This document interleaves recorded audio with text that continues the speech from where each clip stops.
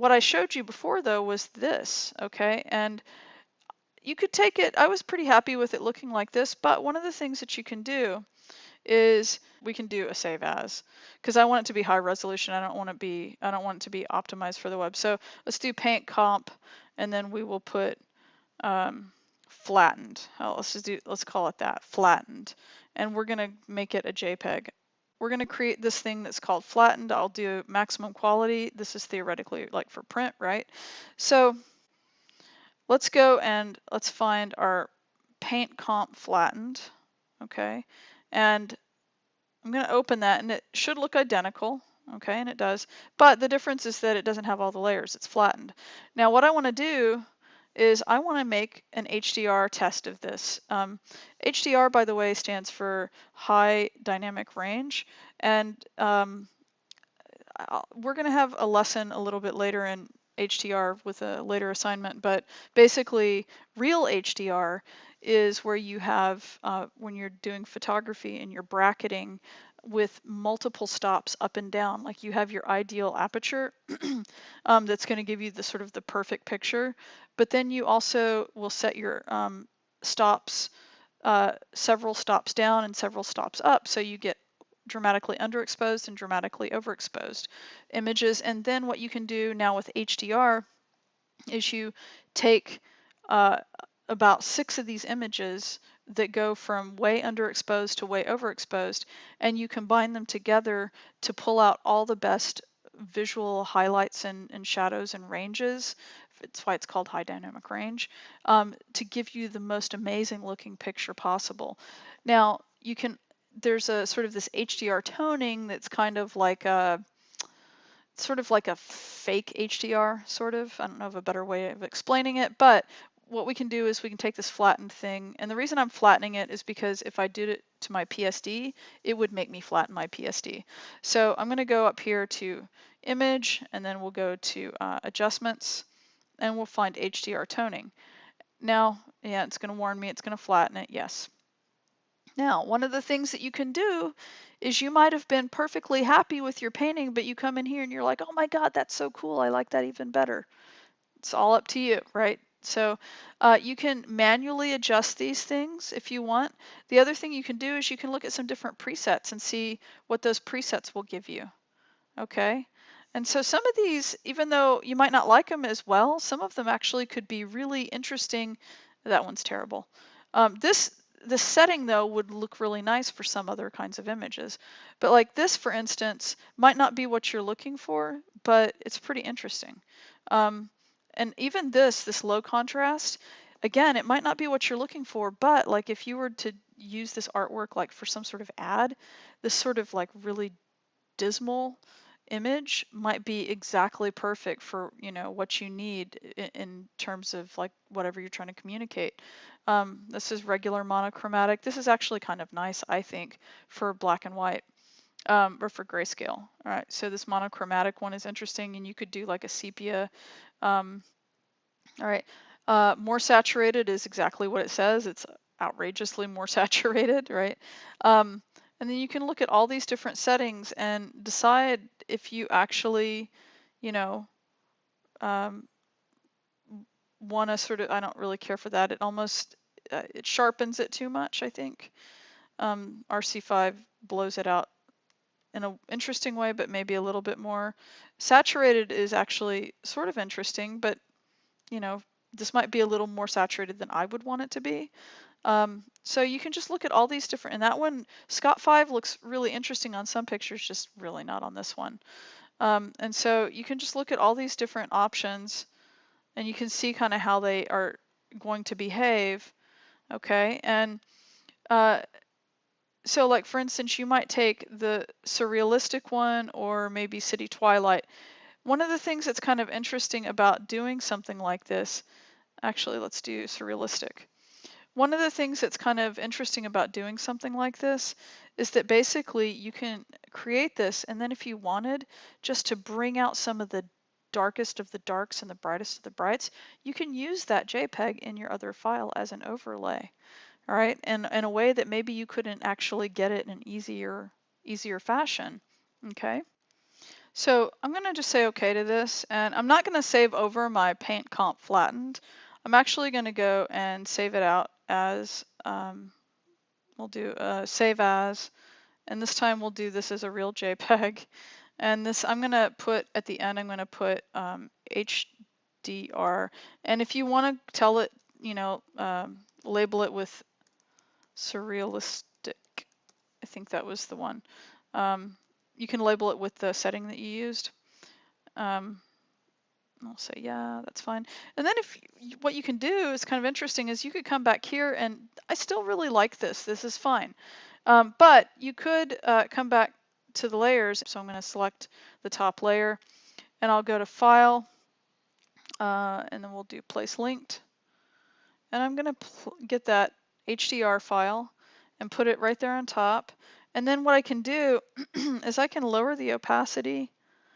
All right, and then it starts to really kind of sort of bump it up a little bit, right? It has a little bit, it's like all this softness that's in here. It's, you know, from the original, it sort of crispens it and it makes it a little bit heavier. Now, the thing that I like about using it is that in the gear section where the eyeball is, it actually makes it like have more definition, right? What I don't like, however, is I don't like how crisp this all this material on the right side gets. The stuff that looks like decay that's supposed to be receding. That was the whole reason that I added this, is because I didn't want it to look too crisp, right? But this makes it that much crisper. So one of the things that I could do is up on this linked option is, again, I could just go and I could create a mask on it, right? So if I go into quick mask mode real quickly, I can take my paint tool, and I can start to paint over all of this because I want to mask this out. Okay. Or I could, yeah, let's just, so I'm going to kind of paint over all of this stuff. Oops, I think I want to undo that actually. I don't want to paint over the eyelashes because I want those to actually be pretty crisp. All right, so I'm going to paint over all of this stuff right here. And I'm going to kind of gradually build it up. And I'm going to increase my opacity so I don't have to do quite so much fussiness, right? So I'm going to, anyway, come in here and I'm just sort of gradually making it so that, okay. And then I can get out of quick mask mode, and then I can see, like, what does that look like with a mask? All right, and I think I actually like that a lot better, right? It like crispens this area up, but it still keeps this other spot the way it is. And then this is something I actually would say, okay, I think I'm done. I like this. I'm happy with this. And then I could go ahead and save it. Okay, and yeah, so that's the approach that you can take. And you'll notice that I actually never used a filter anywhere in here, not once. They were all, and actually I never used brushes other than brushes for creating selections and masking and stuff, right? So this was actually created all without paint brushes. Now, if you wanted, one of the things that you could do is you could make a flattened copy of this if you wanted it to look even more like a painting, like a wet painting, kind of like an oil painting. You could take this and you could go and then use brushes on it. So for instance, we're going to do save as. Okay, and then I am going to do this as a JPEG. Actually, yeah, let's do that. And then let's find that JPEG comp, that paint comp flattened JPEG. I'm going to save over it. Let's replace it. Okay, and then if I open that, let's go back and let's go open. Well, just do it this way. Okay, so it's opened, and I'm going to close my original PSD so I don't get confused. All right, and then what you could do is you could come in here and you could start to use things like the smudge tool to kind of, I mean, it already has very much like a realistic painting texture. I mean, it's got like this sort of watercolor effect, and you know, it really it feels very natural. But one of the things, like this might be a little bit crisp in here and a little pixelated, right? Even though yeah, it's right. But if you wanted to, what you could do is you could come in here and take your smudge tool. And this is a really great way to do a painting effect, and you can change different brushes. I encourage you to try all sorts of different brushes, and you can mess around with the size of your brush a little bit, right? And then the other thing too is you want to tell it how strong to be, and you can see here, like you can actually sort of smudge it so that it starts to feel a little bit more like paint. And one of the things you kind of have to be careful of is if something is a straight line like this, then most likely you're going to probably want to make sure that you smudge in the correct direction. Like this sort of naturally kind of curves around, right? So I'd want to probably smudge it in a way that follows the right contour, because otherwise what it's going to do is it's going to it's going to actually, oops, it's actually going to start to streak it in the wrong direction, right? And so if you wanted to go in and do that, you could do that, and it would start to really feel more like a real painting. And you see here that that kind of got messed up, so I could undo it.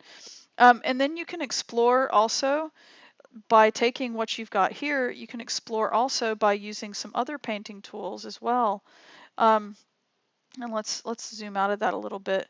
And you can see how this would really start to look like an oil painting or something, right? You can also go up to your brushes, and if you click and hold your brush, paintbrush tool, you can go to the mix brush tool, right? And then you could select a color, and then what's nice is that these options right here, they are all these different things. You're definitely going to need to do some testing with them. But like if you do very, very wet, heavy mix, then it's going to be like if you loaded up a real paintbrush and dragged it through a bunch of other paint. So let me give you an example. Let's take a different brush. Actually, I'm going to use a brush that I can, have at a different size. Okay. And then you can choose your hardness or softness, and you can see that what's happening is that it's taking this foreground color and it's starting to mix. Like if I do it in here, okay, and you can see that the brush is extremely heavy, and so it's really, really wet, and it's got a big load of paint in it. And then I'm doing 100% mix, and it starts to mix. And then you can like explore how that's going to work. Here, let me undo that. And you can say, okay, well, what happens whenever it's like moist heavy mix, right? And then you can kind of come in here, and it gives you a little bit more control, right? Okay. All right. And so I'm starting to just sort of blend some of this in, and it's still maintaining that feeling of the iris, but that might be a little bit more than I want. So if I go into wet, see what happens is that it picks up more of the actual color that's in my brush. Okay. So if you do a wet light mix, you're going to get some more of that color still, right? Let's do wet heavy mix. And you see that because it's a wet heavy mix, it's actually really starting to blend it in more, and it's also fading out even though the flow is 100, because just like a real brush, if you drag it through lots of different paints, they're all going to blend and they start to muddy at the end. Okay, and so anyway, just experiment with that, and anyway, this is an approach that you can take in your creative process. Okay.